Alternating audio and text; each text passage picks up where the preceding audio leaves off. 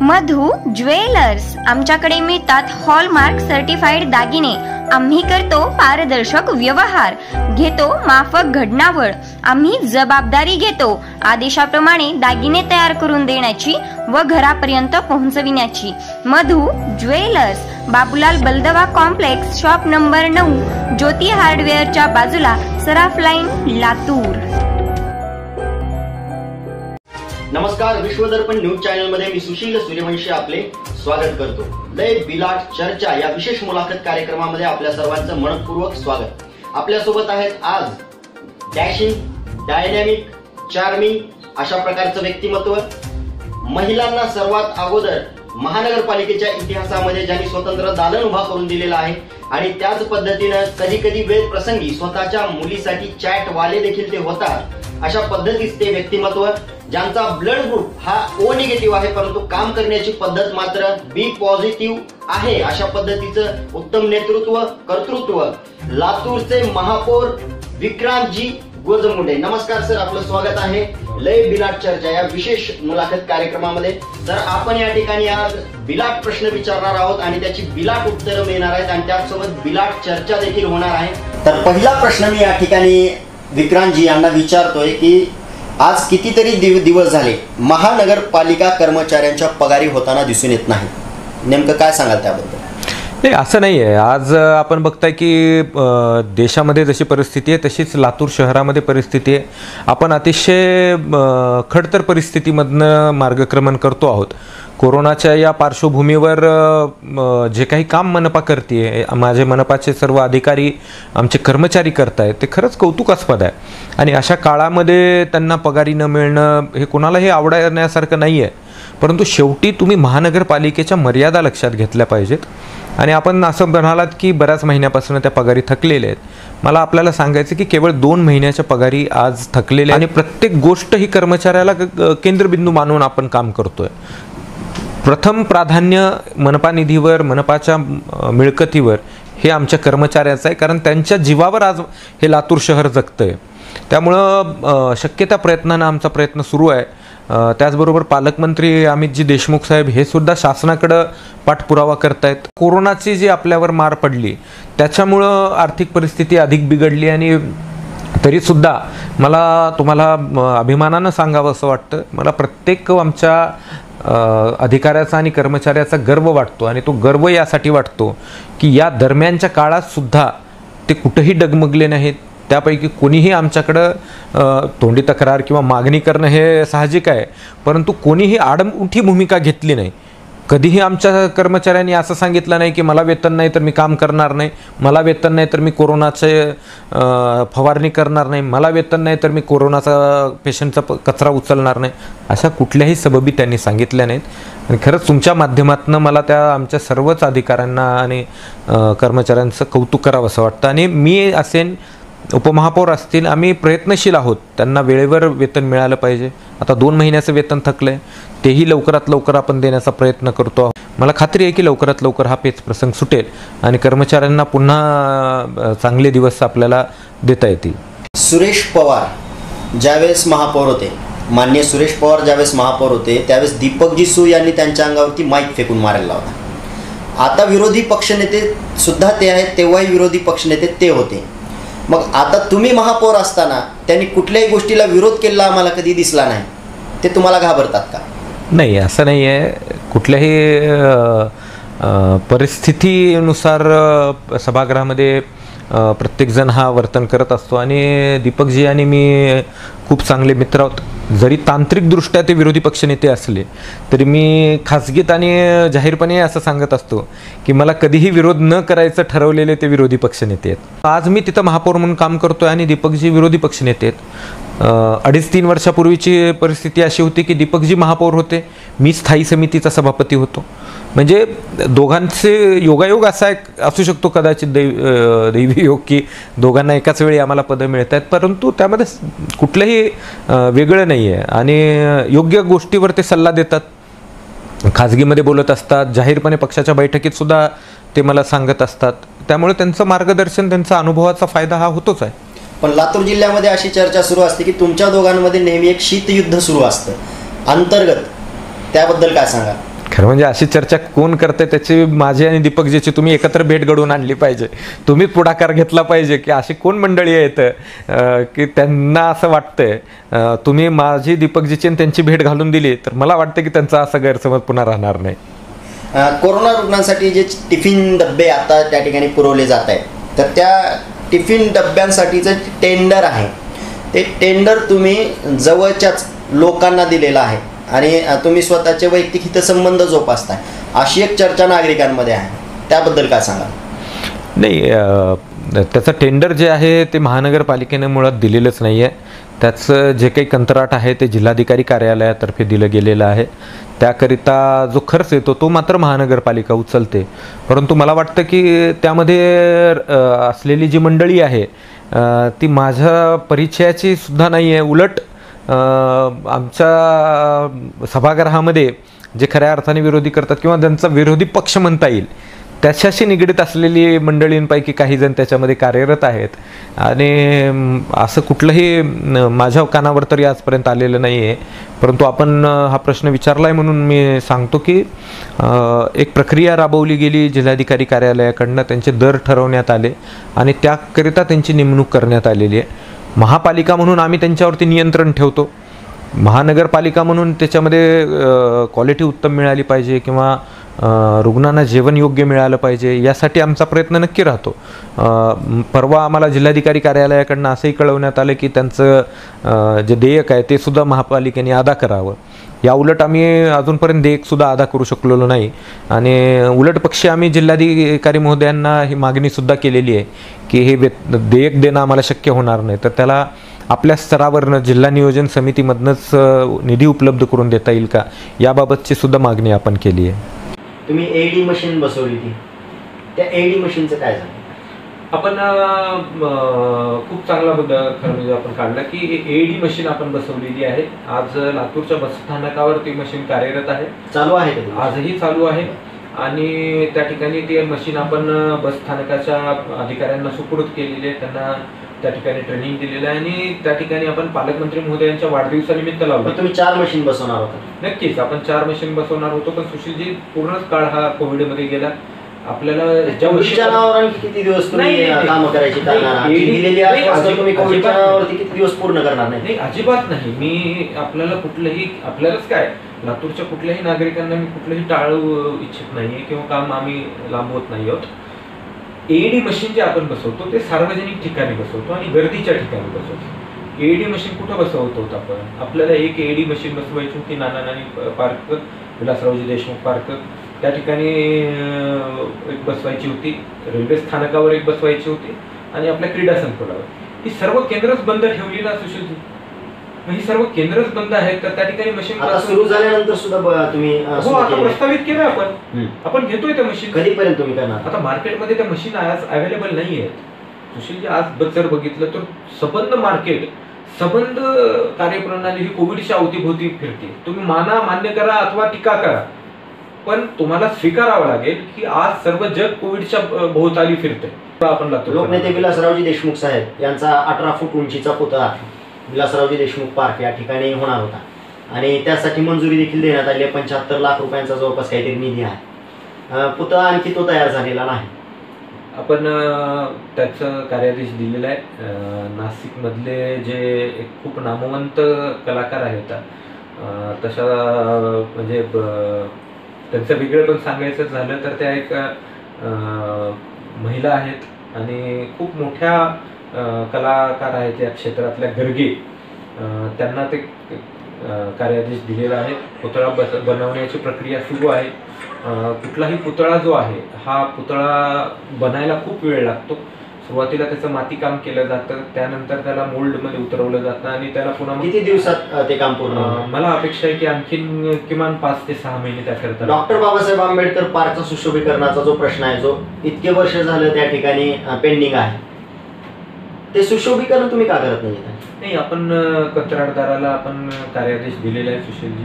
किती दिवसामध्ये कार्यादेश दिला त्याच्यानंतर काम सुरू झालं नाही. त्यामध्ये आपल्याला पार्श्वभूमी मी सांगतो 2017 साली आपण त्याला दलित वस्ती योजनेच्या अंतर्गत 90 लक्ष रुपयांचा निधी उपलब्ध करून दिला. मुळात आपल्याला टप्प्याटप्प्याने ते काम करायचं आहे. मला आजच्या तारखेमध्ये जर आपण म्हणाल तर किमान साधारणतः 4 ते 4.5 कोटी रुपयाची कामं निधी आपल्याला तिथे लागणार आहे. पहिल्या टप्प्यामध्ये आपण 90 लक्ष रुपयाचा निधी दिला, त्याची निविदा प्रक्रिया राबवली. मागच्या काळातल्या लोकांनी त्याच्यामध्ये पुन्हा फाटे फोडण्याचं काम केलं. स्थायी समितीला ज्यावेळेस निविदा मंजुरीला आली त्याला 14व्या वित्त आयोगामधनं करण्याचं त्यांनी काम केलं. दलित वस्ती 14वा वित्त आयोग असं करत करत त्याला मंजुरी दिली. कार्यादेश देत असताना मात्र मनपा फंडातनं कार्यादेश त्या कंत्राटदाराला देण्यात आला.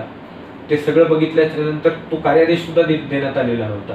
आपण आल्याच्या नंतर त्यांना कार्यादेश द्यायला लावलंय, ते कामाला सुरुवात करण्याकरिता पाठपुरावा करण्याकरिता केलं. आपण कार्यादेश द्यायला लावलाय म्हटलं की काही लोकांनी जाऊन तिथं नारळ फोडण्याचं काम केलं. श्रेय लाटण्याबद्दल माझी काही अडचण नाहीये. नाही, तुमच्या दोघांच्या श्रेयाच्या वादामध्ये बाबासाहेब आंबेडकर पार्कचं सुशोभीकरणाचं काम आहे ते तसंच अगदी नाही, श्रेयवादाचा कुठलाही नाहीये. त्यानंतर काही नगरसेवकांनी आपल्याला विनंती केली की डॉक्टर बाबासाहेब आंबेडकरांचा त्या ठिकाणी 18 फुटी पुतळ्याचा आपण ठराव केलेला होता, परंतु त्याचा समावेश निविदेमध्ये मागच्या लोकांनी केला नव्हता. आणि सर्वच आपल्या आंबेडकरवादी अनुयायांचं, मी म्हणणार नाही की कुठल्या विशिष्ट वर्गाचं, कारण डॉक्टर बाबासाहेब आंबेडकर हे प्रत्येकाला आदरणीय आहे.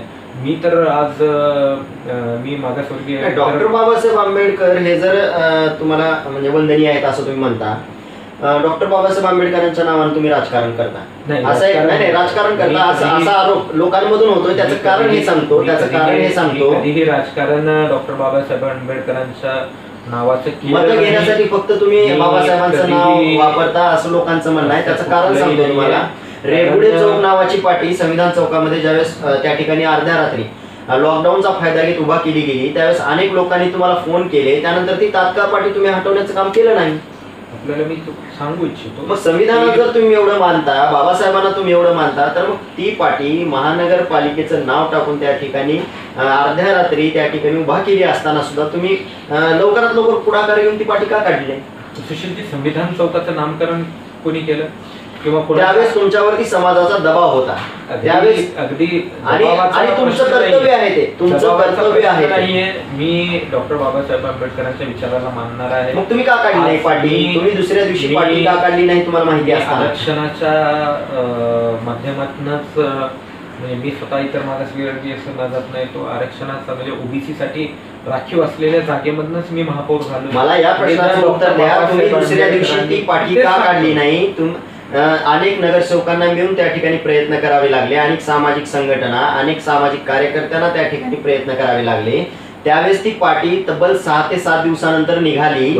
तुम्ही त्या ठिकाणी ती पाटी दुसऱ्या दिवशी काढण्याचे आदेश का दिले नाहीत जर तुम्ही संविधानात बाबासाहेबांना मानता तर? बाबासाहेब आंबेडकरांच्या स्मारकाबद्दल मी आधी संपवतो.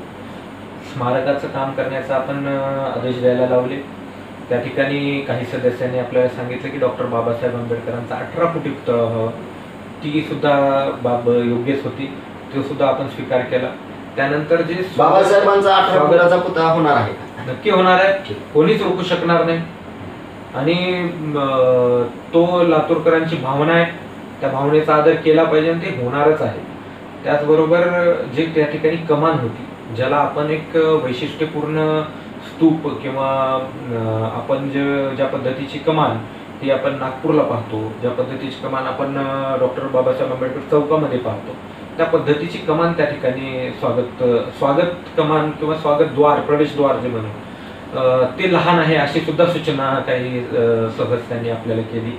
त्याच्यामध्ये बदल घडवावेत असे त्यांनी सांगितलं. आपण त्यालाही स्वीकारलं. आता त्या द्वाराला सुद्धा थोडंसं अति भव्य केलं जात आहे. त्याच पद्धतीनं पुतळ्याची उंची आपण वाढवतोय, त्यामुळे ती तांत्रिकता आता सर्व महानगरपालिका त्याच्यामध्ये बदल करून घेते. आणि हे बदल करत असताना आपल्याला गरज पडली तर आपल्याला ते काम बदलून घ्यावं लागेल, पण त्या पद्धतीनं तो आराखडा करून आपल्याला त्याला एक दैदिप्यमान हे करावं लागेल. बाबासाहेबांनी ही कामं जी आहेत ही दररोज होणारी नाही आहेत. हे आज आपल्या हाताने जर घडलं तर पुढच्या पिढ्या त्यापासून प्रेरणा घेऊ शकतात, अशी ही काम आहे. मी पुन्हा येतो आपल्या संविधान चौकामध्ये. संविधान चौकाची जी मागणी होती, आपण म्हणालात की दबाव, लोकशाहीमध्ये दबाव हा प्रत्येक बाबतीमध्ये लोकांचा असतो. नाही, तिथल्या लोकांची भावना जपण्यासाठी तुम्हाला ते करावं लागलं. मला काय म्हणायचंय, ज्यावेळेस लोकशाहीमध्ये काम प्रश्न हा विचारायचा आहे, त्यावेळेस लोकशाहीमध्ये आपण भावना लोकांच्या जपत असतो. कारण हे राज्य चालतं, हा शहर चालतं, ही लोकशाही चालते लोकांच्या भावनेवर. संविधान चौकाचं काम तुम्ही त्या ठिकाणी पुढाकार घेतला असं तुमचं म्हणणं आहे. ऐका ना, आपल्याला त्या ठिकाणी पुढाकार घेतला ते तुमचं कर्तव्य होतं. आपण त्या क्षणाचे साक्षीदार आहात. संविधान चौकाला संविधान चौक हे नाव द्यावं अशी ज्यावेळेस मागणी आली, क्षणाचाही विलंब लावला नव्हता. मी क्षणाचाही विलंब न लावता तात्काळ मी स्थायी समितीचा सभापती होतो. मी तात्काळ त्याला मंजुरी दिली. त्या ठिकाणी फलक आणला, फलक लावला. फलक लावण्याच्या पूर्वी काही लोकांनी जाणून बुजून या शहराला गालबोट लावण्याच्या दृष्टिकोनातून काही वाद सुरू केला. 2-3 दिवस तणावात्मक परिस्थिती निर्माण झाली. अगदी पोलिसांना तिथं पाचारण व्हावं लागलं, पोलीस बंदोबस्त ठेवावा लागला. मी स्वतः तिथं आलो, तिथला वाद मिटवला. त्या वादाला ताणतणाव निर्माण झाल्यानंतर तुम्ही त्या ठिकाणी ती भूमिका पार पडली. पण रेगुडे चौकाची पाटी लावल्यानंतर तर कुठला तणाव नव्हता ना त्यावेळेस. तर कसं आहे सुशीलजी, कसं आहे की एखाद्या व्यक्तीने किंवा एखाद्या घटकाने जर एखादी त्या ठिकाणी पाटी आणून लावली, ज्या ठिकाणी ऑलरेडी संविधान चौकाचं नाव आहे, त्या ठिकाणी दुसरं नाव देण्याचा प्रश्नच येत नाही.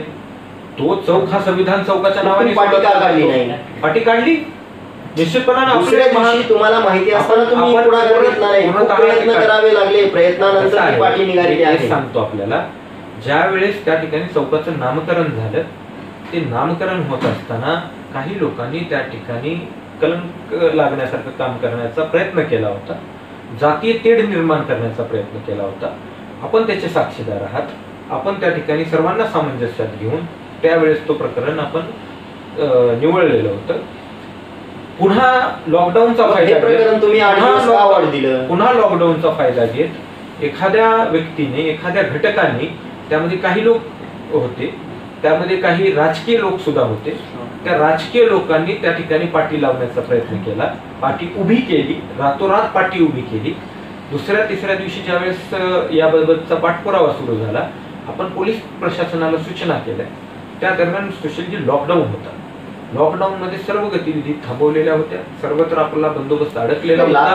लातूर शहर महानगरपालिकेचं नाव त्याच्यावरती होतं. तुमच्या अधिकाऱ्यांनी तुम्ही ती पाटी काढू शकला असता. अगदी आपण पोलीस स्टेशनला महापालिकेकडनं आपण तक्रार पाठवली की महानगरपालिकेच्या नावाचा चुकीचा वापर केला गेलेला आहे. त्या ठिकाणी संबंधित ज्यांच्याबद्दल तक्रार आली होती त्यांनाही आपण समज दिली. त्यांच्यावर कारवाई तर झाली, त्यांनाही आपण समज दिली. त्यांच्यावर कारवाई झाली नाही. तुम्ही जर अर्ज केला होता आणि पोलिसांना जर तुम्ही त्या ठिकाणी अर्ज केला होता तर कारवाई का झाली? सुशीलजी, शेवटी सर्व काही चांगलं करत असताना शहराची हार्मनी, कम्युनल हार्मनी मेंटेन ठेवणं ही सुद्धा आपली जबाबदारी आहे. कुठली तरी घटना, त्याचा स्फोट होणार नाही याकरिता सर्वच गोष्टींचा विचार करावा लागतो. कधी कधी आपल्याला पोलिसांच्या सल्ल्यानुसार सुद्धा वागावं लागतं. नाही, वैयक्तिक आडनावाची पाटी लागल्यानंतर तिथे प्रश्नच येत नाही ना. चूकच आहे, अगदी चूक आहे. तुम्हाला माहिती आहे की संविधान चौकाचं नाव देताना काही व्यक्तींनी कशा पद्धतीनं त्या ठिकाणी गोंधळ निर्माण करण्याचा प्रयत्न केलेला होता. त्याच पद्धतीनं आपण ते प्रकरण पूर्ण हाताळलं. मग तुम्ही ह्याचा सुद्धा त्याचं कौतुक केलं पाहिजे प्रशासनाचं की त्या प्रशासनाला त्याचं कौतुकच आहे. आताही प्रशासनाचं कौतुक केलं पाहिजे. कुठलंही गालबोट न लागू देता, कुठलीही परिस्थिती हाताबाहेर लढा द्यावा लागला. मी कौतुक करतो त्या मंडळींचं. का लढा द्यावा लागला? नाही, तुमच्या कसं आहे की लातूर शहर महानगरपालिकेचं नाव पाठीवरती असताना आणि तुमच्या अधिकारांचा असताना त्यासाठी लढा द्यावा लागला. लढा देण्याची वेळ आली. तुम्ही बाबासाहेबांना मानता, संविधानाला मानता. बाबासाहेबांनी दिलेला मंत्र आहे, शिका, संघटित व्हा, आपल्या हक्कासाठी लढा. मग लढल्याशिवाय तुम्ही काही करणार नाही असं म्हणणं म्हणजे तुमच्या लातूर शहर महानगरपालिकेचं नाव टाकून कुणी गैरवापर केला तरी सुद्धा तुम्ही लढा देण्याची वाट बघणार आहे? चुकीचं होईल असं माझं म्हणणं बिलकुल नाहीये. परंतु मी आपल्याला सांगतोय की एखाद्या गोष्टीमुळं जर समजा पोलिसांना असं वाटत असेल की काही तणाव निर्माण होऊ शकतो, काही लोकांचं जाणून बुजून त्यामागचा हेतू वेगळा आहे, तर त्या ठिकाणी जर पोलिसांनी आपल्याला सल्ला दिला की अशा पद्धतीने आपल्याला टप्प्याटप्प्याने थोडंसं व्यवस्थित हाताळणी करावं लागेल, तर प्रशासनाचा भाग म्हणून त्या व्यवस्थेचा भाग म्हणून आपल्याला काही बंधनं येतात आणि त्या पद्धतीने ते प्रकरण हाताळावं लागतं. तुम्ही बघितलं की अतिशय सुरळीतपणे कुठेही काहीही गालबोट न लागता ती पाटी काढून घेण्यात आली. शेवटी पाटी जी काढली ती पोलिसांच्या मदतीने महापालिकेनेच काढली. पण त्यासाठी लढा द्यावा लागला. मला द्याचं दुःख वाटतं. बाबासाहेबांचं नाव घेतलं लढा देण्यापर्यंत नाहीये. मला सांगा तिथं जर परिस्थिती बिघडली असती, आम्ही नेहमी म्हणजे दलित समाजाचे जे माझे बांधव आहेत त्यांनी नेहमी तेच करायचं का? मी कोण आहे? दलित समाजाचे बांधव तुमचे पाठी काढली नाही समाजाचे बांधव संध्याकाळी लावल्यानंतर तुम्ही पाठी का काढली नाही? मी दलित आहे असं तुम्ही म्हणता, परंतु ज्यावेळेस वेळ येते त्यावेळेस तुम्ही काम करत नाही. आपण हे सगळं करत असताना 5 लाख लोकांचं हे शहर आहे. एखाद्या घटनेमुळं शहराला गालबोट लागलेलं आपल्याला आवडलं असतं. एखाद्या घटनेमुळं कुठल्या तरी माझ्या नागरिकाला कुठल्या तरी चुकीच्या पद्धतीने घटनेला सामोरं जावं लागलं असतं, हे आपण स्वीकारलं असतं. सामोर कसं जाऊ? वैयक्तिक नावाने पाठी लावल्यानंतर तिथे पाठी काढूनच टाकलेली आहे. आपण जर बघितलं पूर्णपणे ते प्रकरण अतिशय उत्तम पद्धतीने हाताळलं. त्याला विलंब झाला, परंतु ती काळाची गरज होती. कधी कधी त्या लॉकडाऊनची परिस्थिती, पोलिसांवर असलेला ताण, पोलीस प्रशासनाचे त्यावेळेसचे जे इनपुट्स होते त्या इनपुट्सचा त्या ठिकाणची असलेली परिस्थितीचं अवलोकन करणं आणि कधी कधी मी आपल्याला सांगितलं त्या पद्धतीने पुन्हा एकदा आपल्याला सांगतो, कधी कधी पोलीस प्रशासनाच्या सल्ल्याला आपल्याला मान द्यावा लागतो. त्यांच्या सल्ल्यानुसार आपल्याला चालत आपल्याला त्यातनं मार्ग काढावा. विलासरावजी देशमुख मार्ग जो आहे त्या मार्गाच्या कमानीचं काम अर्धवट राहिलं. विलासरावजी देशमुख साहेबांच्या कमानीच्या कामाला आपण सुरुवात केलेली होती, परंतु त्या ठिकाणी जो रस्ता आहे त्या रस्त्याचं माननीय पालकमंत्री महोदयांच्या सूचनेनुसार आता त्या रस्त्याचं नवीन डिझाईन आपण करतोय, त्याचं रिडिझाईन होतंय आणि तो जो रस्ता आहे तो सलगपणे जुनी जी रेल्वे खात्याची जागा होती त्या जागेतनं निघून बुल मार्केटला आता तो जोडला जातोय. त्याचा आराखडा आपण बनवतोय. त्याचबरोबर त्या रस्त्याच्या बाजूला असणारा म्हणजे ज्या रस्त्यानं आपण देशिकेंद्र विद्यालयाला किंवा विवेकानंद हॉस्पिटलला जातो त्या रस्त्याची उंची आणि या रस्त्याच्या उंचीमध्ये फरक आहे. त्यामुळे त्या दोन्ही रस्त्याचं नवीन डिझाईन करण्याचं काम चालू आहे. त्याकरिता आपण इंजिनियर्सची नेमणूक केलेली आहे आणि पालकमंत्री महोदयांच्या सूचनेनुसार त्याचा एक नवीन आराखडा तयार केला जातो. तो आराखडा झाल्यानंतर त्या असलेल्या कामाला ते पैसे खर्च वाया जाऊ नयेत किंवा त्याला अधिक चांगलं देखणं बनवता यावं याकरिता ते कामाला थोडंसं पालकमंत्री महोदयांच्या त्याबद्दलचं त्यांनी रस्त्यावरती पथदिवे उभारणीसाठी मंजुरी दिलेली आहे. हो, पथदिवे तर दिसत नाही. आज कुठलाच निधी आपल्याला उपलब्ध होऊ शकला नाही सुशीलजी. आजही मी आजच्या तारखेचा उल्लेख करून आपल्याला सांगतो, एवढा निधी वितरित केलाय असं तुम्ही कसं म्हटलं? तेच सांगतो मी. आज हा व्हिडिओ ज्या म्हणताय निधी उपलब्ध नाही आणि तुम्ही अगोदर सांगितलेला आहे, तारीख आहे माझ्याकडे 23 जानेवारीला तुम्ही असं सांगितलं की निधी वितरित केलाय. निधीची मागणी आपण जिल्हा नियोजन मागणी वितरित केला अशा प्रकारचा समितीकडे त्यावेळेसचे जे पैसे उपलब्ध होते त्या पैशाचं नियोजन करून आपण त्याचं वितरण केलं आणि त्याची मंजुरीकरिता आपण जिल्हा नियोजन समितीला कळवलं. मुळात कोविड आल्याच्या नंतर जिल्हा नियोजन समित्यांना जो निधी दिलेला होता शासनाने 100% निधीपैकी 33 कोटी निधी फक्त खर्च करायला परवानगी दिली, तो सुद्धा कोविडवर खर्च करायला. आपल्या जिल्ह्याच्या जिल्हा नियोजन समितीकडे 2,40,00,000 रुपयाचं बजेट आलं, त्यापैकी फक्त 33 कोटीला परवानगी आली. बाकीचा खर्च करायला बंधनं केली त्यांनी, ते पूर्णतः थांबवलं. मागच्या महिन्यामध्ये त्याच्यामध्ये सुधारणा केल्या. अधिवेशन पार पडल्याच्या नंतर आता 50% खर्च करायला मुभा दिलेली आहे आणि आता त्याला परत एकदा आपल्याला त्या कामांना निवडीकरिता प्रस्ताव त्यांनी मागवलेला आहे. आज हा व्हिडिओ रेकॉर्ड होतोय. आजच्या सकाळच्या साधारण 11 वाजताच्या सुमारास माननीय जिल्हाधिकारी महोदयांसोबत मी स्वतः उपमहापौर आणि आपले आयुक्त देवीदासजी टेकाळे साहेब आम्ही सर्वांनी मिळून या बाबतीमध्ये चर्चा केलेली आहे. पुन्हा आपण त्याला गती देतोय आणि पुन्हा ते काम लवकरात लवकर. दरमहा पुतळ्यांची स्वच्छता होणार होती, होत नाही. आजही होती, होत नाही. आजही होतीये, आजही होतीये, आजही होतीये. कुठं जर आम्ही कमी पडत असलो आपण नक्की सांगा, आपण त्याच्यात दुरुस्ती. काही पुतळ्यांची होत नाही, सर्वच पुतळ्यांची होतीये. त्यामध्येही आपल्याला जर कुठे एखादी बाब जाणवली आपण कधीही सांगा आम्हाला, आम्ही त्याच्यात सुधारणा करू. 7,500 झाडे लावणार होतात तुम्ही. हो, अगदी त्याच्यामध्ये आपण कमी पडले. हो, अगदी मान्य आहे मला. तुम्ही घोषणा करताय 7,500 झाडे लावणार आणि कमी पडले म्हणून तुम्हीच मान्य करता, मग घोषणा कशासाठी करता? सुशीलजी कसं आहे की पुन्हा मी जर त्या गोष्टीचा उल्लेख केला की तुम्हाला वाटेल की पुन्हा पुन्हा मी कोविडचं कारण पुढं करतोय का. आपल्याला संकल्पना खूप होत्या. मी महापौर होत असताना माझ्या स्वतःच्या संकल्पना होत्या की लातूर शहर अशा पद्धतीनं पुढं आलं पाहिजे, हे घडलं पाहिजे. आपण प्लॅनिंग केल्या, त्याबद्दलचे आराखडे तर निर्माण केले. पण हे जे वैश्विक संकट जे आले हे आजवर न पाहिलेले संकट आहे. आजपर्यंत आपण कधी कल्पना केली होती का की आपल्याला अशा पद्धतीने वागावं लागेल, एवढी बंधने येतील? आजपर्यंत आजही आपण आपल्या मुलाला शाळेत पाठवू शकत नाही. किती दुर्दैवाची गोष्ट आहे. म्हणजे हे संकट अशा पद्धतीने येईल हे कुणालाच माहिती नाही. अगदी केंद्र सरकारपासून, राज्य सरकारपासून, लातूर मनपा सगळेजण आपण ह्याच्यात भरडले गेलेलो आहोत. ह्याच्यामधनं आपल्याला मार्ग काढत असताना टप्प्याटप्प्याने जावं लागेल. हा, नक्की आम्ही काही गोष्टीमध्ये कमी पडलो त्या ह्याच्यामध्ये निधीच्या अभावी, मी मान्य करेन. आणि मला वाटतं की जे खरं आहे ते मान्य करायला मी कधी नाकारणार नाहीये. लातूरचा जो उड्डाणपूल सुरू होतो त्या ठिकाणची जाई दुरुस्त केली असंच तुम्ही काही दिवसापूर्वी टाकलेलं आहे. मी बघितलं, तुमची पोस्ट बघितली. नेहमीच ती जाई तुटते, आजही तुटलेली आहे. तुम्ही त्याचा काही ठोस उपाय करणार आहे? त्या ठिकाणी नाली आहे, त्या ठिकाणी जे पाणी आहे ते कोकाटेंचं कॉम्प्लेक्सच्या मागच्या बाजूनं, म्हणजे विलासरावजी देशमुख मार्गाच्या मागून ती नाली येते. आपण एकदा त्या ठिकाणी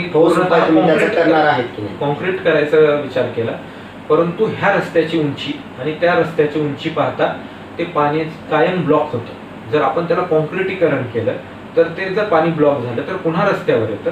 त्यामुळे तिथं आपल्याला लोखंडी जाळीशिवाय पर्याय नाहीये.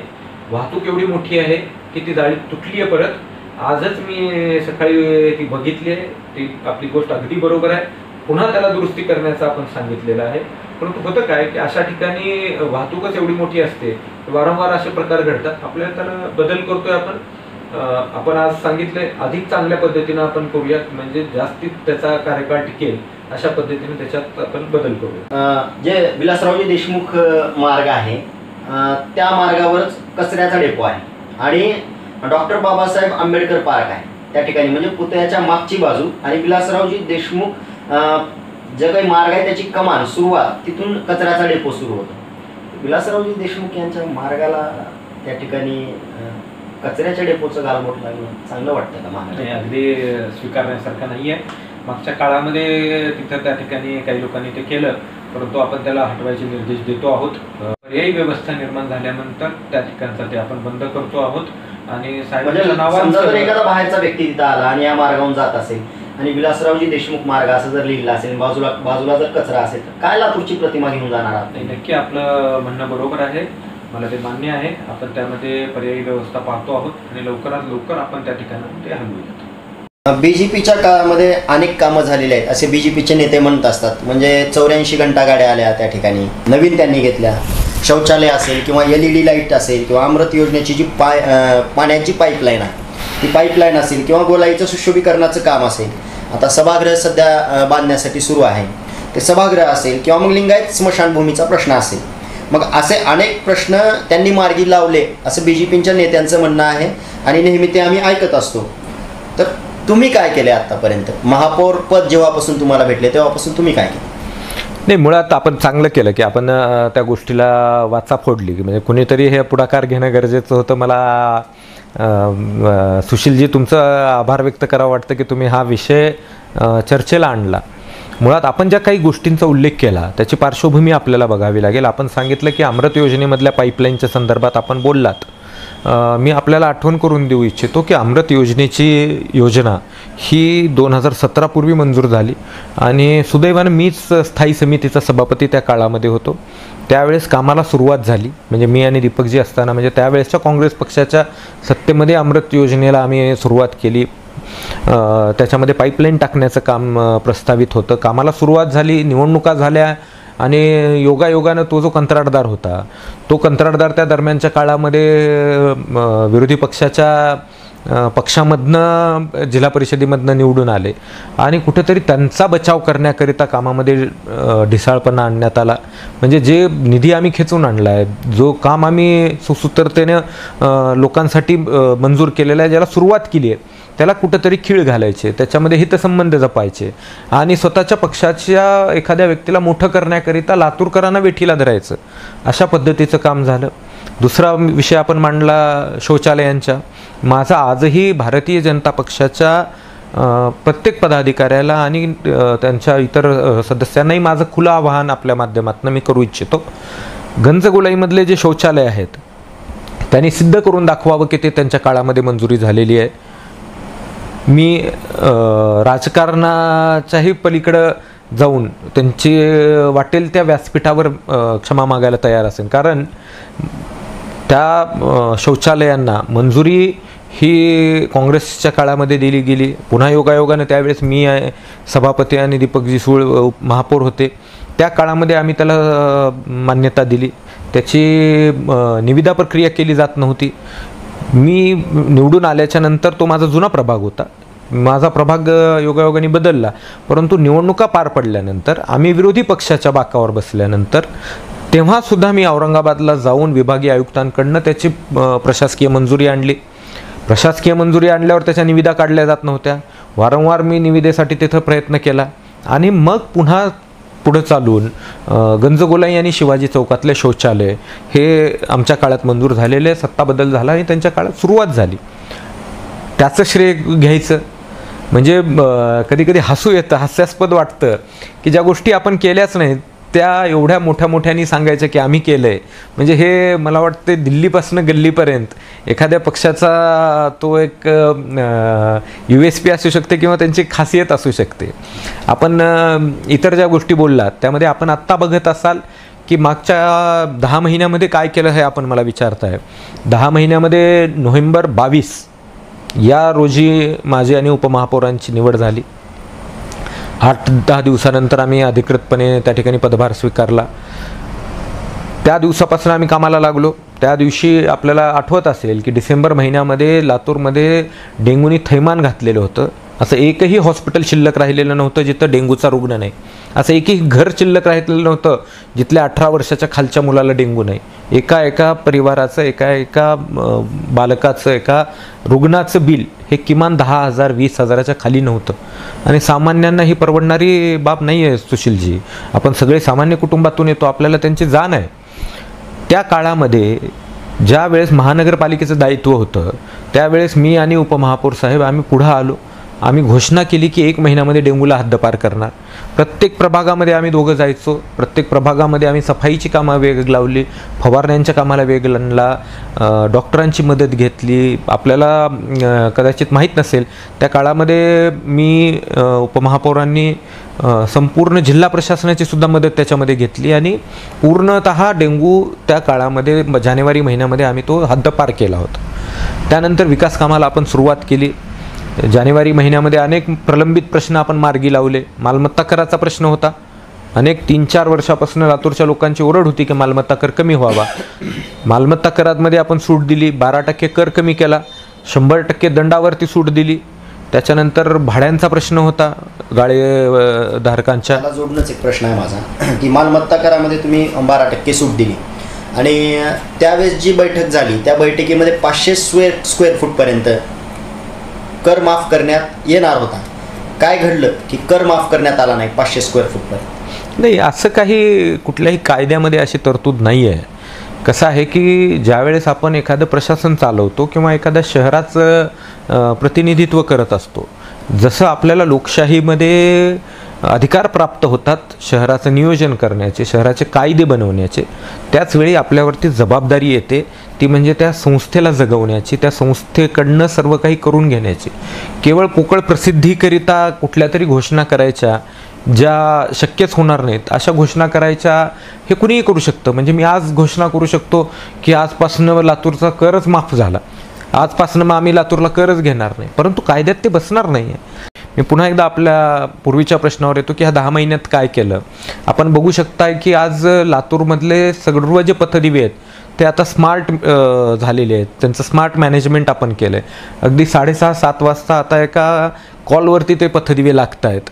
मनुष्यबळाची बचत होती आहे, विजेची बचत होती आणि सगळीकडचे पथदिवे उजळलेले आपल्याला दिसत आहेत. पथदिव्याबद्दल तुम्ही बोलताय, हेरिटेज पोल जे आहेत सध्याचे लावलेले आहेत सगळीकडे, ते संभाजी पाटील जे आहेत आमदार त्यांच्या संकल्पनेतून उभे झालेले आहेत अशी चर्चा कानावर आहे. नाही, एखाद्या शहरासाठी जे जे काही चांगलं होईल त्याचं स्वागत करणं काही त्याच्यामध्ये वाईट नाहीये. तुम्ही परंतु पथदिव्यांचं श्रेय तुमच्याकडे घेताय नाही, मी लातूरमध्ये आज 18,000 पथदिवे आहेत. हे कोणाच्या काळात झाले? अनेक प्रभागामधले पथदिवे आता सुद्धा बंद आहेत अनेक प्रभागामध्ये. असं काहीच नाहीये. जिथं कुठं तक्रार प्राप्त होते त्या ठिकाणी आपण 48 तासामध्ये आता ते तक्रार सोडवतोय. आज आपण बघत असाल सर्व पथदिवे बदलण्यात आलेत. सर्व ठिकाणी LED चे पथदिवे आपण लावलेले आहेत. आज आपल्याला माहीत नसेल पण सबंध लातूर शहरात 18,000 पथदिवे आहेत. हे कुणाच्या काळात झाले? 18,000 पथदिवे लातूरमध्ये उभारले कुठून झाली? लातूरचा विस्तार कुठं झाला? लातूरमध्ये 108 कोटीची योजना कोणी आणली? 133 कोटीची योजना कोणी आणली? आज जे गल्लीबोळामध्ये तुम्ही दमदार रस्ते बघताय, कॉन्क्रीटचे रस्ते बघताय, ते कुठून आले? आता मागच्या काळामध्ये आपण बघितलं असेल 40,000 घरकुलं या लातूरमध्ये झालेली आहेत. आता अनेक त्याच्यातली घरकुलं तर आता पडायला आली. म्हणजे एवढा लोकांना त्या त्या काळामध्ये लाभ मिळालेले आहेत. कुठंही जा तुम्ही, कुठलाही लातूरचा कानाकोपरा हा विकासापासून वंचित राहिलेला नाही. तुम्ही आत्ताच म्हटलात की घरकुलची जी काही अगोदर घरं बांधली गेली ते आता पडायला आलेली आहे. म्हणजे त्या घरकुलचे जे घर बांधले गेले त्यांचं काम निकृष्ट दर्जाचं आहे का? ते पडायला कसं काय आले? नाही, मी आपल्याला उल्लेख करतोय ते मी परवा ज्या ठिकाणी भेट दिली ते कुष्ठरोग धाम या ठिकाणी भेट दिली आणि असं फार कमी शहरांमध्ये ही संकल्पना आहे. त्यावेळेस 1985 साली कुष्ठरोग धाममध्ये घरं बांधण्यात आली. आपण जर गणित घातलं तर आज 35 वर्ष त्या घरांना होऊन गेलेली आहेत. ती घरं आज पडायला आलेली आहेत. 35 वर्षापूर्वीची बांधकामाची पद्धती आणि आत्ताची बांधकामाच्या पद्धतीत बराच अंतर झाला आहे. 92 साली 93 साली आपल्याकडे भूकंपाचे झटके येऊन गेले आणि काम कुठलंही निकृष्ट आमच्या तरी काळामध्ये झालेलं नाही आहे. इतरांच्या काळामध्ये मला माहिती नाही काय झालं आहे. मला जर कुठलं आलं तर मी तपासेन. पण त्यानंतरचं जर बघितलं तर आज लातूरमध्ये मी सांगतोय तो आकडा खूप मोठा आहे. 40,000 परिवार एका शहरामध्ये घरकुल योजनेचा लाभ घेत आहेत. आपल्याला त्याच्या पुढे जाऊन मला सांगावंसं वाटेल की परवा आम्ही पंतप्रधान आवास योजनेमधनं 475 घरांना मंजुरी दिली. मागच्या काळामध्ये विकासाचा सर्व श्रेय लाटण्याचा प्रयत्न करणाऱ्यांना मला विचारावं वाटतं आपल्या माध्यमातून का नाही ती केली त्यांनी ही कामं. ही योजना तर केंद्र सरकारची होती, त्यामध्ये लातूरकरांना लाभ का दिला नव्हता? जेव्हा दिल्लीपासून गल्लीपर्यंत सत्ता तुमची होती, का नाही तुम्ही त्या योजना लोकांपर्यंत पोहोचवल्या? तर ती मानसिकता तुमची नव्हती. आज आम्ही सत्तेवर आलो आहे, कोरोनाचा एवढा काळ आहे तरीसुद्धा आम्ही ती दिली. त्यातही तुम्हाला एक गमतीशीर किस्सा सांगतो. कदाचित हा म्हणजे तुमच्या चॅनलच्या माध्यमातून मला शासनापर्यंत जावं असं माझी अपेक्षा राहील. पंतप्रधान आवास योजना ही जी योजना आहे त्यामध्ये 2,50,000 हे प्रत्येक लाभार्थ्यांना घरासाठी मिळणार आहेत. त्यामध्ये राज्य शासनाचा हिस्सा हा 40,000 रुपयाचा आहे.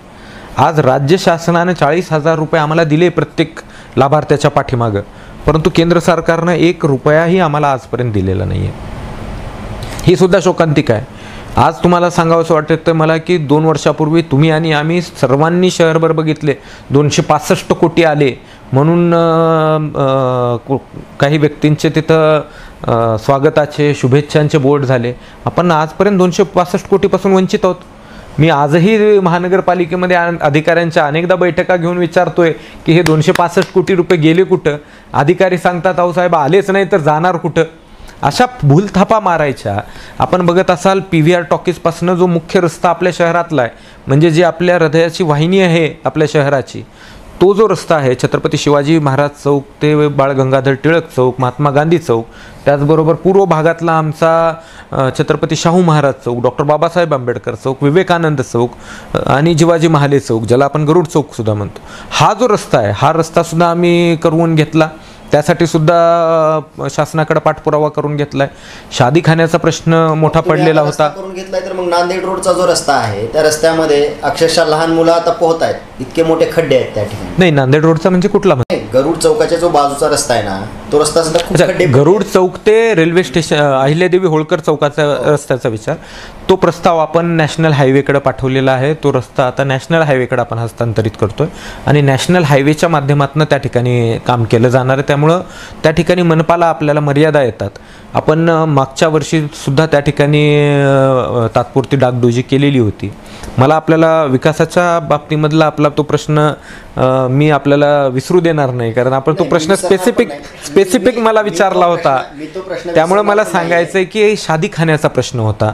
लाल गोदामाच्या जागेमध्ये जो शादीखाना होणार होता, केवळ आणि केवळ काँग्रेसच्या काळामध्ये त्या सर्व प्रक्रियेला गती आम्ही दिली म्हणून त्याला थांबवण्यात आलं. पण आम्ही सत्तेवरती आल्यानंतर तात्काळ त्याचं काम सुरू केलं. आम्ही भूमिपूजनाचे सोहळे नाही केले सुशीलजी, आम्ही काम सुरू केलं. उद्घाटन झालेलं आहे लाडगोडाऊनच्या ठिकाणी, तेच सांगतोय मी. नाही मग तुम्ही सोहळे कसं केलं नाही? मी सांगतो की त्यावेळेस ज्या जागेच्या अडचणी होत्या त्यावेळेसची संकल्पना अशी होती की 20,000 चौरस फुटामध्ये तो शादीखाना करायचा होता, परंतु तिथे तांत्रिक अडचणी आल्या. बाजूला खरेदी विक्री संघाची जागा आहे, ती जागा आपल्याला उपलब्ध करून घेऊन एक फार मोठा शादीखाना आपण तिथं करत होतो. तो आपल्याला करणं शक्य झालं नाही. मग आपल्याला तांत्रिकता व्यावहारिकता स्वीकारावी लागते. किती दिवस एखाद्या गोष्टीवरती आपण रोखून राहणार? आपण त्याचं निविदा काढल्या, त्याच्यासाठी पाठपुरावा केला, ते मंजूर केल्या. आपल्याला सांगावंसं वाटतं की दुर्दैव बघा, 1 वर्ष काढलेली निविदाधारकाने निविदा भरली आहे, पण त्याला काही त्यांनी काम सुरू करू दिलं नाही. आम्ही आल्याच्या नंतर तात्काळ अशी ज्या काही गोष्टी होत्या त्यामध्ये आर्थिक हितसंबंध कोणाचेही जपू दिले नाहीत. तातडीने सर्व कामांना वेग लावला. आज तुम्ही बघताय शादीखान्याचा पहिला छत सुद्धा पडलाय सुशीलजी. शादीखान्याचं काम मग लाल गोडाऊनच्या जागी होतंय का मग दुसरीकडे होतंय? सर नाही, लाल गोडाऊनच्या जागेत होतंय. आणि इकडं जी बौद्ध विहारासाठी जी जागा होती त्या जागी काय होतं? त्या जागी सुद्धा शादीखानाच होतोय, परंतु केवळ एखाद्या ठिकाणी म्हणजे काँग्रेस पक्षानं काम सुरू करायचं ठरवलं होतं, हे टाळून त्यांनी दुसरीकडे केलं. आज तिथंही निधीची अडचण त्यांना झाली आहे. सुरुवातीला मोठ्या मोठ्या घोषणा केल्या गेल्या, आज त्याही कामाला निधी उपलब्ध होत नाहीये. शादीखाने लातूरमध्ये नक्कीच होणार, स्वागतार्ह आहे, काही चुकीचं असं काहीच नाही आहे. जी काही मालमत्ता आहे ती नागरिकाची, जी काही मालमत्ता आहे ती या लातूरकराची आहे. तिथं भाजपाचा किंवा काँग्रेसचा नाहीये. शादीखान्याचं श्रेय तुम्ही घेताय आणि नाही, मी श्रेय नाही घेत आहे. मी फक्त आपल्याला सांगतोय ते त्यांनी केलं असं तुम्ही म्हणताय. माझी अपेक्षा एवढीच आहे की कुठलीही घोषणा करताना, कुठल्याही कामाला तुम्ही सुरुवात करताना ते काम पूर्णत्वास नेणं हे महत्त्वाचं आहे. काम पूर्णत्वास गेलं पाहिजे. आम्ही सुद्धा त्यामध्ये प्रयत्न करतो आहोत, परंतु व्यावहारिकता अनेकदा आपल्याला स्वीकारावी लागते. त्यामध्ये जे खरं आहे ते डंके की चोट पे सांगावं, परंतु जे खोटं आहे ते मात्र आपण भान पाळलं पाहिजे की तशा भूलतापा आपण मारू नयेत. आज तुम्हाला मला सांगायचं आहे की लातूर शहरामध्ये आपण झपाट्यानं विकास कामं करतोय. आता 30 कोटीची विकास कामं आपण हाती घेतलेली आहेत. अडचणी असताना सुद्धा वाटेल तिथून पैसा खेचून आणतोय. तर लोकांसाठी आपण योजना राबवतोय. तुम्ही बघितलं असेल गंजगोलाईचं आपण सुशोभीकरण करतोय. गंजगोलाईमध्ये आज सुद्धा आमची बैठक पार पडली त्याच्याबद्दल. गंजगोलाईला आम्ही दिवाळीपर्यंत ती काम पूर्ण करता येईल का यासाठी प्रयत्न करतोय. अनेक ठिकाणावरनं आता कामगार आपण मागवलेत अधिकचे. म्हणजे त्याला वेग देत असताना कसं आहे की कुठलंही काम करत असताना तुम्ही त्या ध्येयापोटी काम करताय का फक्त श्रेय लाटण्यासाठी काम करताय, ह्या सुद्धा महत्त्वाच्या गोष्टी आहेत. आपण बोललात घनकचऱ्याचा, बोललात आपण 83 घंटागाड्यांचा, आपण घंटागाड्याचा विषय काढला म्हणून मी घंटागाडीबद्दल बोलतो. घंटागाडीपर्यंत आपण जाऊया. त्या अगोदर एक प्रश्न. आता तुम्ही मध्येच तुम्ही असं म्हटलात किंवा आम्ही निधी जास्तीत जास्त आणण्याचा प्रयत्न करतो किंवा आणलाय, आणि 200 कोटी निधीबद्दलही तुम्ही 265 कोटीबद्दलही तुम्ही बोलला. 24 जानेवारीला ज्यावेळेस म्हणजे तुम्ही असं सांगितलं होतं की 47 कोटी रुपयांची विकास कामं करण्यासाठी निधी उपलब्ध करून दिलेला आहे. बरोबर आहे. काय झालं त्या निधीचं? पूर्णच्या पूर्ण निधी आपण आज कामं सुरू करतो. अजिबात नाहीये. तो पुन्हा परत गेलेला निधी सुद्धा परत खेचून आणला. पुन्हा मला तेच म्हणायचं, निधी का परत गेला? मी आमच्या काळातला निधीच नाही सांगत आहे. जो निधी आला त्याला तुम्ही 2.5 वर्ष त्याचं नियोजन करत नाही. जो निधी आला त्याला तुम्ही विकास कामं करत नाही. तुमची इच्छाशक्तीच नाहीये, तुम्हाला कामच करायचं नाहीये. असं म्हणत होतात ना की पक्षीय भेद न ठेवता सर्वच प्रभागांना शहराचा समतोल विकास साधण्यासाठी 47 कोटी रुपयाची विकास कामे करण्यासाठी मंजुरी दिली आम्ही. केलाय. हो, मंजुरी दिली. मग तुमच्या काळातला निधी नव्हता. मी तेच सांगतोय तुम्हाला. जानेवारी महिन्यामध्ये आपण 47 कोटीच्या कामांना मंजुरी दिली. सर्वसाधारण सभा ज्यावेळेस कामांना मंजुरी देते, आपण विकास कामांची निवड करतो. विकास कामांची निवड केल्याच्या नंतर त्याची सदस्यांनी जे सुचवलेली कामं असतात त्याचे मग इस्टिमेट बनतात, त्याची प्रशासकीय मान्यता होते. त्या दरम्यान कोविडचा काळ सुरू झाला. आपल्याला हेही सांगावं वाटेल की मानसिकता बघा की भारतीय जनता पक्षाच्या काही सदस्यांनी जाणून बुजून हायकोर्टामध्ये याचिका दाखल केली की ही विकास कामं होऊच नयेत, जेव्हा की प्रत्येक प्रभागाला आपल्याला व्हिडिओ सुरू आहे त्यामुळे आपल्याला मी ठामपणे सांगतो, प्रत्येक प्रभागाला समतोल विकासाचं धोरण आपण स्वीकारलं. आपण असं स्वीकारलं नाही की भारतीय जनता पक्षाचा आहे काय देताय निधी, हो त्यांनी विरोध नक्की. केला. तीच तर मानसिकता आहे की विकासाचं काम होऊ द्यायचं नाही. लातूर शहर विकासापासून वंचित राहायचं. 2.5 वर्षात का काम सुरू झालं नाही? 2.5 वर्षात ज्या लोकांनी रस्त्यावरती मुरुमाचा टोपल्याचा खडा टाकला नाही किंवा टोपले सुद्धा टाकलं नाही, त्यालाच मी जे सांगतो आपल्याला की विशेष काय असतं की एखाद्या पद्धतीनं काम करत असताना तुम्हाला लोकांची नाळ जुडली पाहिजे. आज आपल्याला मी सांगतो की 47 कोटी रुपयांची कामं ज्यावेळेस आपण शहरामध्ये दिली त्यामध्ये प्रत्येक प्रभागात समान वाटप केलं. प्रत्येक प्रभागाला किमान 1,25,00,000 रुपये किमान आपण दिले. त्यानंतर शहरासाठी महत्त्वाची जी कामं आहेत त्या महत्त्वाच्या कामांच्या निवडी केल्या आहेत. आता 8 दिवसामध्ये त्या कामांना सुरुवात होते. निविदा प्रक्रिया पार पडलेल्या आहेत. आज ज्यावेळेस रेकॉर्ड होतोय हा आपला जो इंटरव्ह्यू रेकॉर्ड होतोय, आजही भारतीय जनता पक्षाच्या काही लोकांनी पत्र दाखल केलेली आहेत की विकास कामं चालू करू नयेत. म्हणजे ही कुठली मानसिकता आहे? मला ही मानसिकता कळत नाही की कुठलेही कामच करायची नाही आहेत किंवा काम होऊच द्यायचं नाही, ही चुकीची मानसिकता आहे. आता मागच्या काळामध्ये त्यांनी तर फार अजब धोरण स्वीकारलेलं होतं. त्यांच्या विशिष्ट पक्षाच्या सदस्यांना 3 कोटी प्रभागाला 3 कोटी रुपये आणि काही प्रभागांमध्ये 5 लाख रुपयाचा निधी. म्हणजे अगदी माझ्या प्रभागाचं जरी उदाहरण द्यायचं असेल तर केवळ 5 लाखाचा निधी आम्हाला दिला होता.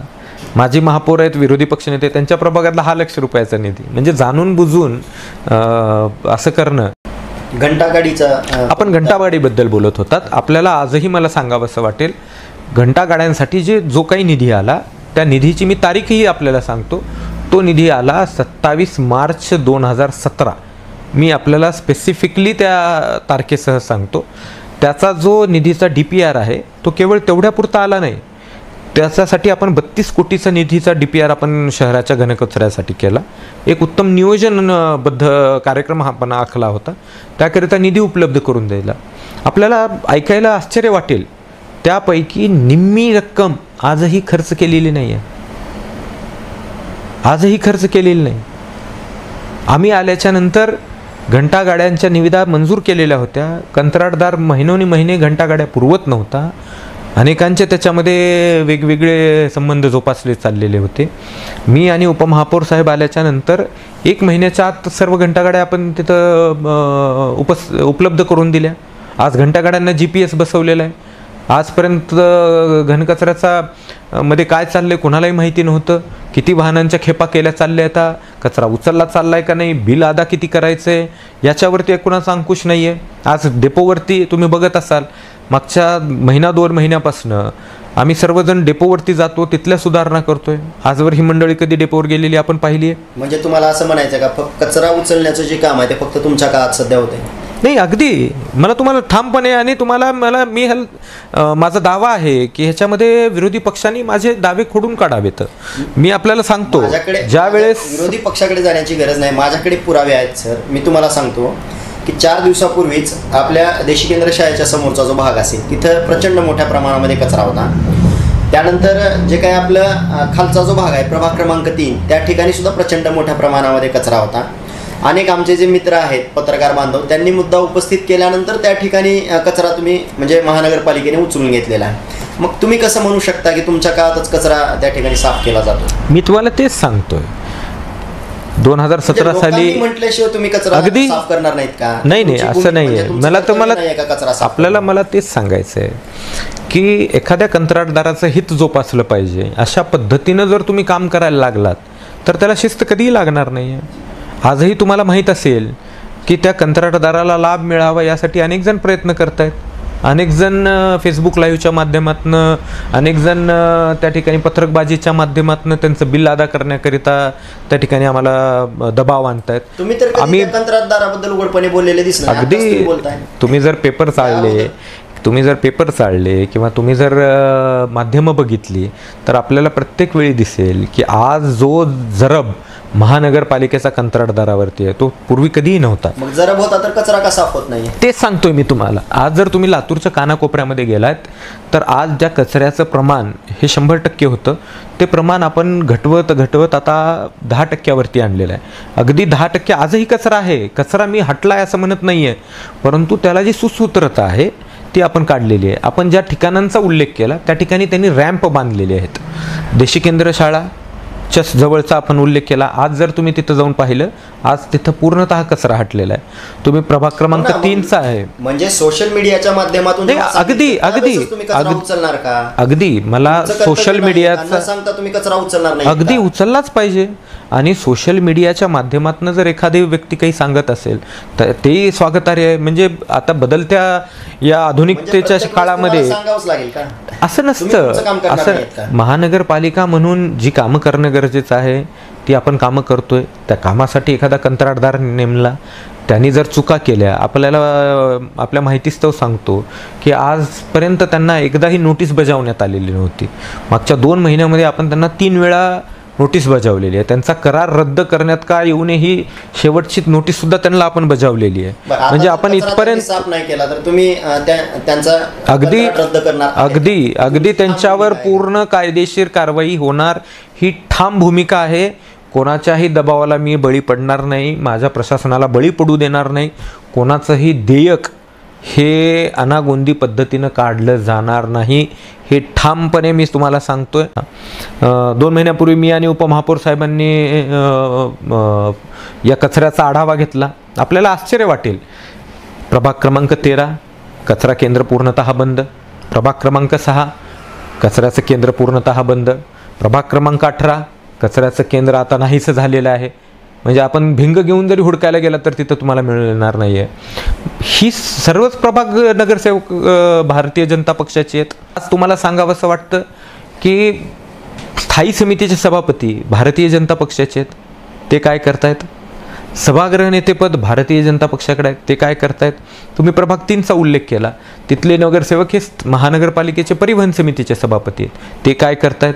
याचा सुद्धा जाब विचारला गेला पाहिजे ना. महापौर म्हणते तुमचं कर्तव्य आहे. मी कुणावरही कधीही टीका टिप्पण्या करत नकारात्मकतेचं राजकारण मी करत नाही.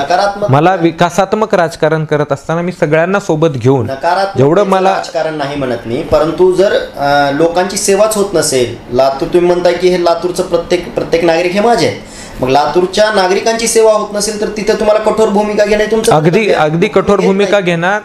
ज्या टोकाला जायचंय तो टोक गाठला जाईल. कुणाचीही गया केली जाणार नाही. मी तुम्हाला तुमच्या चॅनलच्या माध्यमातून सांगतो. वेळच आली तर त्या कंत्राटदारावर पूर्णतः कारवाई ही होईल, याच्यामध्ये शंका कुणीही बाळगायचं कारण नाही आहे. आज तुम्ही बघताय केवळ GPS बसवले तरी अनेकांचं दुखणं पुढं आलं की GPS तुम्ही का बसवले आहे? त्या कंत्राटदारावरती चाप बसला, त्यांच्या फेऱ्या किती झाल्यात हे मोजता येतं. आम्ही प्रशासकीय अधिकाऱ्यांमध्ये ते त्या ठिकाणी बदल केलेले आहेत. आता GPSची प्रणाली आपण पूर्णतः तिथं डिजिटायझेशन करतो आहोत. या सर्व गोष्टींना आता वेग दिला आहे. आपण बघितलं तिथं कचऱ्याच्या प्रक्रियेला आता आपण मोठ्या प्रमाणामध्ये चालना देतो. हे सर्व करत असताना मागच्या 10 महिन्याचा जर तुम्ही कार्यकाळ बघितला असेल, रस्ते उत्तम झालेले आहेत, पथदिवे उत्तम पद्धतीने चालत आहेत. 5-10% हे बंद असणं होऊ शकतं, परंतु 48 तासाच्या आत त्या पथदिव्यांना आपण दुरुस्त करतोय. त्याला स्मार्ट डिजिटायझेशन केलं आहे. पाण्याचं नियोजन आपण केलं आहे. 7 दिवसाला आता पाणी देतोय. आधीसारखं पाणी कधी येतंय कधी जातंय अशा पद्धतीनं होत नाही. आता त्याचा कार्यकाळ आपण कमी करतोय. अमृत योजनेच्या कामाला आपण आता पुढं आणखीन 8 कोटीचा निधीचा प्रस्ताव या काळामध्ये पाठवलेला आहे. आपण स्वच्छतेला गती दिलेली आहे. आपण विकास कामं करतोय. आपण छत्रपती शाहू महाराजांच्या पुतळ्याचं काम सुरू केलं. एक प्रश्न होता, येतो मी छत्रपती स्वच्छतेच्या बाबतीत देखील तुम्ही आतापर्यंत एवढं काही सांगितलं. मग जर तुम्ही एवढं स्वच्छतेच्या बाबतीत काम करताय, मग लातूर स्वच्छ सर्वेक्षणामध्ये खालून पहिला नंबर कसं काय? दुर्दैवानं हे सांगावंसं वाटतं. ही गोष्ट खरी आहे की लातूर शहराचा क्रमांक हा 137वा आला. यामध्ये खिदानं आणि दुर्दैवानं हे मान्य केलं पाहिजे. केंद्र सरकारचं जे स्वच्छ सर्वेक्षण आहे त्या स्वच्छ सर्वेक्षणच्या 1 जानेवारी 2019 ते 31 डिसेंबर 2019 या कार्यकाळामधलं हे स्वच्छ सर्वेक्षण आहे. मला सांगा, या काळामध्ये पदाधिकारी कोण होते? या काळामध्ये महापौर भारतीय जनता पक्षाचे, उपमहापौर भारतीय जनता पक्षाचे, सभापती स्थायी समिती भारतीय जनता पक्षाचे, सभागृह नेते भारतीय जनता पक्षाचे, परिवहन समिती सभापती भारतीय जनता पक्षाचे. या काळामध्ये हे लातूर करूया हे जे गीत होतं, त्या गीताच्या वेळेस इकडल्या बाजूला तुम्ही बसला होता, इथे आदरणीय उपमहापौर चंद्रकांतजी बसले होते आणि मध्ये ब्रँड ॲम्बेसिडर होते आणि तुम्ही लातूरकरांना आवाहन करत होता हो स्वच्छतेच्या बाबतीमध्ये. हो, मग स्वच्छतेचं काम तुमच्याही काळामध्ये सुरूच होतं. मला तेच सांगायचं आपल्याला तेच सांगायचंय. ज्या वेळेस 2017 साली अशोकजी गोविंदपूरकर साहेब सभापती होते स्थायी समितीचे आणि मागच्या काळामध्ये आपण सुसूत्रतेचं मी आपल्याला सांगितलं कशा पद्धतीनं आपण घनकचऱ्याला पुढं आणलं होतं. त्या काळामध्ये ज्यावेळेस आपण हे काम सुरू केलं, तुम्ही जर स्थायी समितीच्या बैठकांचं प्रोसिडिंग काढून बघितलं तर भारतीय जनता पक्षाच्या लोकांनी त्याला विरोध केला, तरीही आपण काम सुरू केलं, त्याला मंजुऱ्या दिल्या. कामाला सुरुवात झाल्याच्या नंतर सभापती पदाचा कार्यकाळ गोविंदपूरकर साहेबांचा हा 1 मेच्या दरम्यान संपला. अर्धा वर्ष आपण काम केलेलं होतं. त्या दरम्यानच्या काळामध्ये माझ्या प्रभाग क्रमांक 5 मध्ये आपण विरोधी पक्षात होतो, साधे सदस्य होतो. त्यावेळेस आपण घनकचऱ्याच्या ओल्या कचऱ्यावर निर्मिती प्रकल्प सुरू केला. टाकाऊ प्लास्टिकपासून आपण रस्ता बनवला, आजही तो रस्ता आहे. आपण लोकांना ओला कचरा सुका कचरा वेगवेगळा करण्याकरिता स्पर्धा आयोजित केल्या. स्वखर्चातनं आपण तिथं बक्षिसं वाटप केली. या सगळ्या गोष्टी पुढे नेल्या. मला आपल्याला सांगावं असं वाटतं की लातूरला जेव्हा प्रथम पारितोषिक मिळालं, त्या प्रथम पारितोषिक देत असताना जो एक त्यांनी मार्किंग सिस्टीम जाहीर केली, त्यामध्ये प्रभाग क्रमांक 5 बद्दल पूर्णतः अर्ध पेज त्या ठिकाणी त्याचा उल्लेख आहे. आणि लातूरला पारितोषिक जे मिळालं ते तुमचं प्रभाग क्रमांक 5 म्हणजे लातूर जिल्हा. मी तेच सांगतोय तुम्हाला. पण त्याच्या पारितोषिक मिळवून देण्यामध्ये सर्वात मोठा वाटा हा लातूरचा होता. कारण त्याचं सांगतो मी, लातूर शहराला जे आपल्याला पारितोषिक मिळालं ते कचऱ्यावरच्या प्रक्रियेकरता मिळालं. रस्ते साफ आहेत याच्यामुळे मिळालं नाही, किंवा नाली साफ आहे याच्यामुळे मिळालं नाही आहे. त्याच्यावर प्रक्रिया इनोव्हेटिव्ह पद्धतीनं काय केल्या, सॉलिड वेस्ट मॅनेजमेंट करिता मिळालेलं ते पारितोषिक होतं. त्याच्यामध्ये उल्लेख आहे, आणि हा उल्लेख मी नाही केलेला आहे, हा उल्लेख केंद्र सरकारने केलेला आहे. हा मी माझं सांगत नाही आहे. पारितोषिक देत असताना जे त्यांनी पत्रक जाहीर केलेलं आहे, त्या पत्रकामध्ये केंद्र सरकारनं जाहीर केलं. तेच मला सांगायचं की त्यावेळेस काँग्रेसची मंडळी होती, आपला अंकुश होता, आपण त्याच्यात पुढाकाराने काम करत होतो. लातूरला पारितोषिक मिळालं. वर्ष बदललं, सर्व सदस्य पदाधिकारी तुमचे, वरपासून खालपर्यंत, गल्लीपासून दिल्लीपर्यंत सत्ता तुमची, महापालिकेमधले सर्व पदं तुमची, तरी लातूर शहर 137व्या क्रमांकाला येतं. ठीक आहे ना. मग आता मला आपल्या माध्यमातून हेच विचारायचं आहे की मी महापौर आहे. प्रभाग क्रमांक 5 मध्ये जे घडलं ते आता तुमच्या कार्यकाळामध्ये जे काही सर्व प्रभाग आहेत त्या सर्व प्रभागांमध्ये हे घडेल का? नक्की. त्याची तुम्ही शाश्वती देता? शाश्वती काय, तुम्हाला मी उदाहरणं देऊ शकतो. आत्ता आपण आर्वीच्या पाण्याच्या टाकीच्या परिसरामध्ये खत प्रकल्प उभा करतोय. त्याचं काम अंतिम टप्प्यामध्ये, अगदी 15 दिवसात तो पूर्णत्वाला जातोय. पूर्ण नाही झाला तर आपण म्हणाल ते दंड स्वीकारायला मी तयार आहे. लातूरकर देईल ती शिक्षा भोगायला मी तयार आहे. आपण बघत असाल ठाकरे चौकामध्ये प्रकल्प पूर्णत्वाला आलेला आहे. अगदी 15 दिवसामध्ये तो प्रकल्प पूर्ण होतोय. प्रभाग क्रमांक 3चा प्रकल्प 2 दिवसापूर्वी सुरू झालेला आहे. प्रभाग क्रमांक 6चा बंद पडलेला तो प्रकल्प आम्ही सुरू केलेला आहे. प्रभाग क्रमांक 13चा प्रकल्प बंद पडला, तो आम्ही सुरू केलेला आहे. ही 5 केंद्र आम्ही सुरू केलेली आहेत. माझं ध्येय असं आहे की लातूरमधल्या किमान 8 प्रभागांमध्ये हे केंद्र सुरू झाली पाहिजेत. मला तुम्हाला परत तिथंच आणायचं आहे की मागचा जो 10 महिन्याचा काळ गेला त्यातले 7 महिने आपले कोरोनामध्ये गेलेले आहेत. हा कोरोनामध्ये लॉकडाऊन सर्व आपल्यावरती मार आला, आपल्याला घरात बसावं लागलं. आणि मागचं महिनाभरात आपण बघत असाल, महिनाभरात पुन्हा आम्ही काट टाकलेली आहे, पुन्हा महिनाभरात आम्ही कामं सुरू केलेली आहेत. आज आपल्याकडं अतिरिक्त आयुक्त नाही आहेत, एक उपायुक्त नाही आहेत, नगररचनाचे अधिकारी नाहीत, पाणी पुरवठ्याला अधिकारी नाही आहेत, कर्मचारी नाही आहेत. 1350 कर्मचाऱ्यांचा आकृतीबंध मंजूर आहे, 900 कर्मचारी आहेत. वरच्या 450 कर्मचाऱ्यांना भरती करायचंय, त्यांचा पगारी काय. आयुक्तांना तुम्ही जाब विचारत नाहीत का? नाही, आयुक्तांना जाब विचारायचा प्रश्नच नाही आहे. हे जे 450 पदं भरायचे आहेत याचं वेतन कुठून देणार? सुशीलजी, आज जे आपले कर्मचारी आहेत त्याला महिन्याला वेतनाला 2,80,00,000 रुपये महिन्याला लागतात. लाईट बिल आपल्याला 90 लाख रुपये भरावं लागतं. इतर जे आपले खर्च असतात, म्हणजे इरिगेशन डिपार्टमेंटला आपल्याला पाण्याचं बिल भरावं लागतं, छोटी छोटी जी इतर कामं असतात या एवढा खर्च लागतो, मग तुम्ही महापौर म्हणून काही निधी खेचून आणणार आहात का? तेच सांगतोय मी तुम्हाला. आता 47 कोटीची कामं आपण सुरू करतोय. आपण महानगरपालिकेकरिता इतर निधी उपलब्ध करून दिलेला आहे. तुम्हाला आता मला सांगावं असं वाटतं की 90 लक्ष रुपये जे लाईट बिलाचा मी उल्लेख केला, तो मला वाटतं की 8-9 महिन्यानंतर तो काही लाईट बिलाचा प्रश्न आपल्याला उरणार नाही.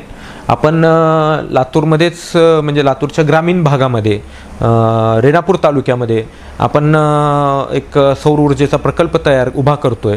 5 मेगावॅटचा तो प्रकल्प राहणार आहे आणि त्या प्रकल्पामधनं लातूर शहराच्या मनपाचं लाईट बिल हे पूर्णतः आपलं वाचणार आहे. म्हणजे ते 90 लाखाची बचत करतोय. सुशीलजी, महापालिकेला पुढं न्यायचं आहे तर त्याला फक्त उत्पन्न वाढवणं हे काही त्याला मर्यादा आहेत. उत्पन्न तर वाढवावं लागेल, पण खर्चामध्ये बचत करत आपल्याला पुढे जायचं आहे. 5 मेगावॅटचा तुम्ही उल्लेख केला आणि त्याला खूप महिने झाले तुम्ही ती घोषणा करून, आणखी काम सुरू केलेलं नाही आहे का त्याचंच सांगतोय मी परत तुम्हाला तिथंच नेतोय की ज्यावेळेस आपण ह्या सर्व कामांना गती दिली, आपण जानेवारी-फेब्रुवारीमध्ये ह्या सर्व कामांना गती दिली. मार्चमध्ये कोविड आलेला आहे. कोविडमध्ये एवढ्या खडतर परिस्थितीमध्ये कोविड आलेला आहे. कोविड आलाच कसा हा प्रश्न आहे. नाही, मला प्रश्न ऐका ना, मला वाटतं हा प्रश्न तुम्ही चुकीच्या व्यक्तीला विचारताय. प्रश्न मला हा विचारायचा आहे. तुम्ही चायनातनं कोविड कसा आला दिल्लीचा प्रश्न मला विचारताय. आपण तुम्हाला विचारतोय, त्याचं कारण असं आहे, एप्रिलचा जो काळ होता म्हणजे 24-25 असेल, त्यावेळेस तुम्ही असं सांगितलं की पालकमंत्री यांच्या सूचनेनुसार लातूर शहरामध्ये प्रवेश करणारे 30 लहान मोठ्या रस्त्यांवर चोख बंदोबस्त ठेवण्यात आलेला आहे आणि 6 मुख्य रस्त्यांवर चेक पॉइंट उभे केले आहेत. नक्की. मग तरी सुद्धा लातूरमध्ये बाहेरच्या जिल्ह्यातून, राज्यातून कोरोना रुग्ण आलाच कसा, तुमची जर एवढी तयारी होती तर?